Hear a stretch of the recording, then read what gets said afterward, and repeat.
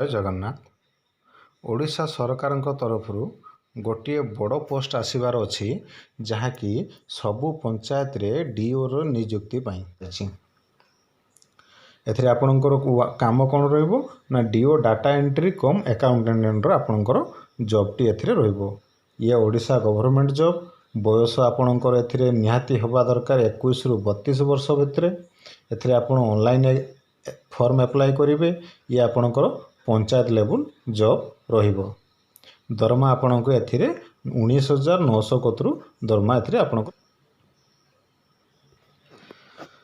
देखंतु notification T आसी सारिची जहाँकि आपणकर फॉर्म अप्लाई पई अपडेट आसी नहीं किंतु नोटिफिकेशन जारी हो सारिची एई जॉब रे डीओ रिक्वायरमेंट जॉब रे।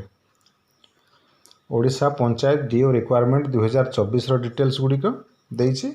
ऑर्गेनाइजेशन नेम आपणकर रहिला Odisha panchayat raj and drinking water department रे आपण एथिरे जॉब करिवे। जॉब टाइप आपणकर रहइबो कोन ना परमानेंट एथिरे जॉब रहिबो।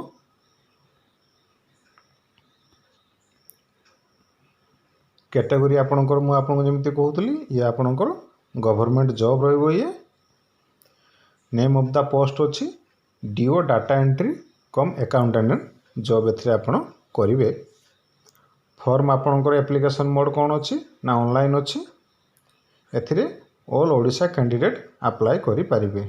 आपणकर पोस्टिंग ये ओडिशा भितरे जेकोसी जिल्ला रे आपणकर एथिरे पोस्टिंग रहिबो। देखि नियंतु लास्ट डेट आपणकर अपडेट हेई नाही आउ एप्लिकेशन पकेवा पई भी डेट अप्लाई हेई नाही। एथिरे बोथ महिला एवं पुरुष अप्लाई करि परिबे।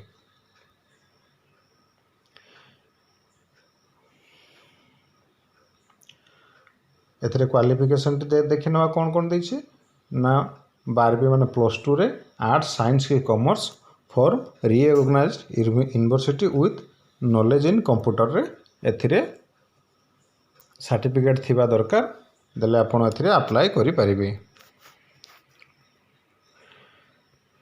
को जिल्ला रे केते केते वैकेंसी अछि आसंतो सेजा टिके देखि नवा भलो कि। टोटाल पोस्ट एथिरे बाहरिछि ओडिशा पई 7,142 टी पोस्ट बाहरिछि जहाँकि अनुगुल डिस्ट्रिक्ट पई 234 टी पोस्ट, बालेश्वर डिस्ट्रिक्ट पई 373 टी पोस्ट, बरगढ़ डिस्ट्रिक्ट पई 266 टी पोस्ट, भद्रक पई 226 पोस्ट, बलांगीर डिस्ट्रिक्ट पई 332 पोस्ट, बौद्ध डिस्ट्रिक्ट पई 73 पोस्ट, कटक पई 388 पोस्ट, देवगढ़ पई 74 पोस्ट, ढेंकानाल पई 21 पोस्ट,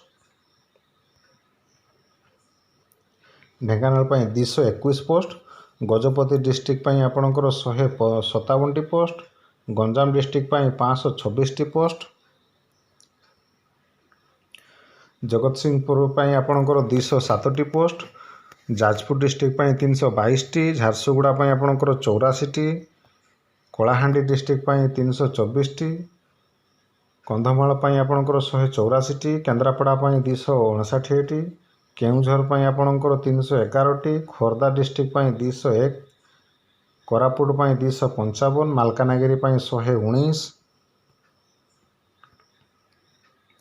मयूरभंज डिस्ट्रिक्ट पई आपणकर 431 पोस्ट, नवरंगपुर पई आपणकर 200, नयागढ़ पई आपणकर 203, नुआपड़ा डिस्ट्रिक्ट पई 137, पुरी डिस्ट्रिक्ट पई 280, रायगढ़ डिस्ट्रिक्ट पई 194, संबलपुर डिस्ट्रिक्ट पई 148, सुवर्णपुर पई डिस्ट्रिक्ट पई आपणकर 116 आउ सुंदरगढ़ पई 297 पोस्ट बाहरिछि जहाँकि ये ओडिशा रे सबुटू बड़ पोस्ट हबो जहाँकि बहुत सारे डिस्ट्रिक्ट पई 30 डिस्ट्रिक्ट पई सबू पोस्ट बाहरिछि। एथिरे आपणकर एथिरे एज लिमिट कोन देछि ना 21 वर्ष रु 32 वर्ष बयस पर्यंत एथिरे अप्लाई करि परिबे। सैलरी कथा मु आपनको कहूतली देखंतु पंचायत डीओ सैलरी आपनकर रहिछि 19,900 per month.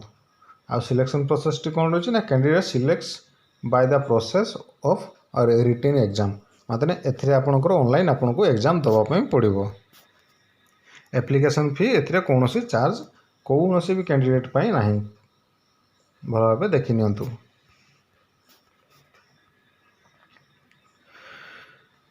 Important documents Gudi को आपंकर कौन कौन एथरे लगे ना all educational certificate and marksheet, two recent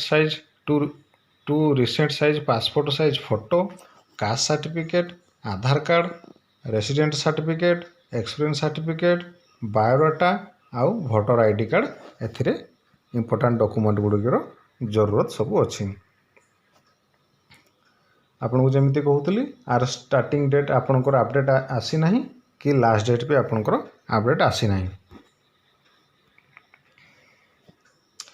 before submit properly fill the application form and send the given any type of incomplete or flash, then it to be channeled rejected by the auditorium।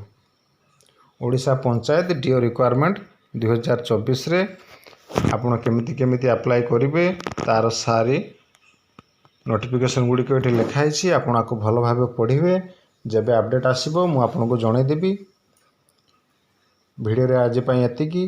भिडियोटी जदि आपण मानक भल लगी भिडियोटी को like share करेंगे आउ channel को subscribe करेंगे। धन्यवाद। जय जगन्नाथ।